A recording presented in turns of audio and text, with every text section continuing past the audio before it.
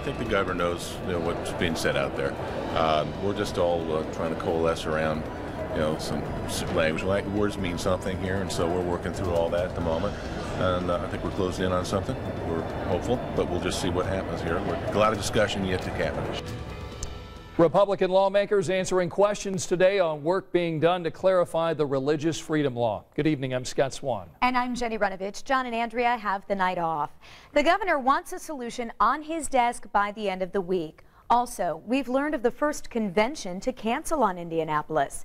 Disciples of Christ is moving its $6 million convention that was planned for 2017.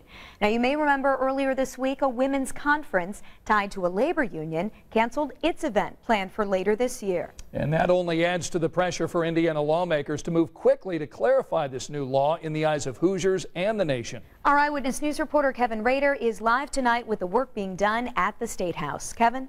Jenny and Scott, the clock is ticking, the negotiating is on, and the goal is to come to an agreement on language tonight and pass it out of here tomorrow. But first things first, everyone has to come to an agreement, some kind of an agreement on language dealing with clarification.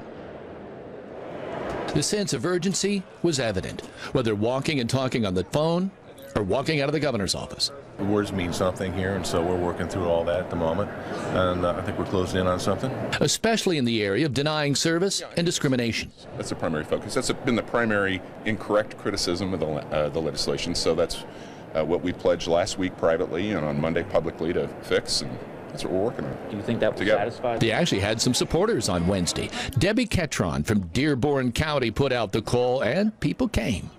We are here today to encourage these people to say, you know what, we're praying for you.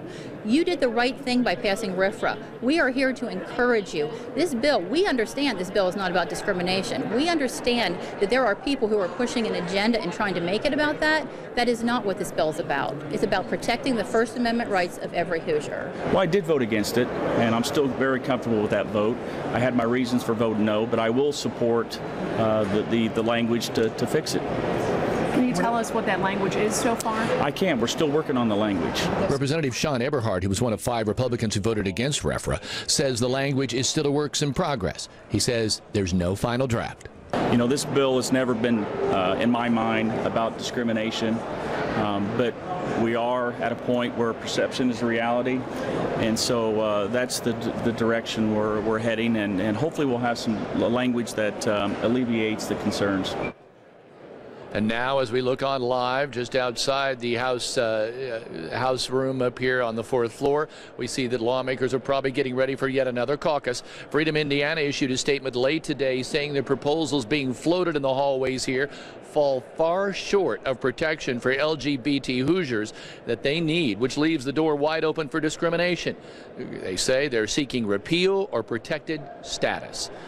So this negotiating process is continuing at this hour, and we'll be back at 6 o'clock with the latest on those involved in the negotiations.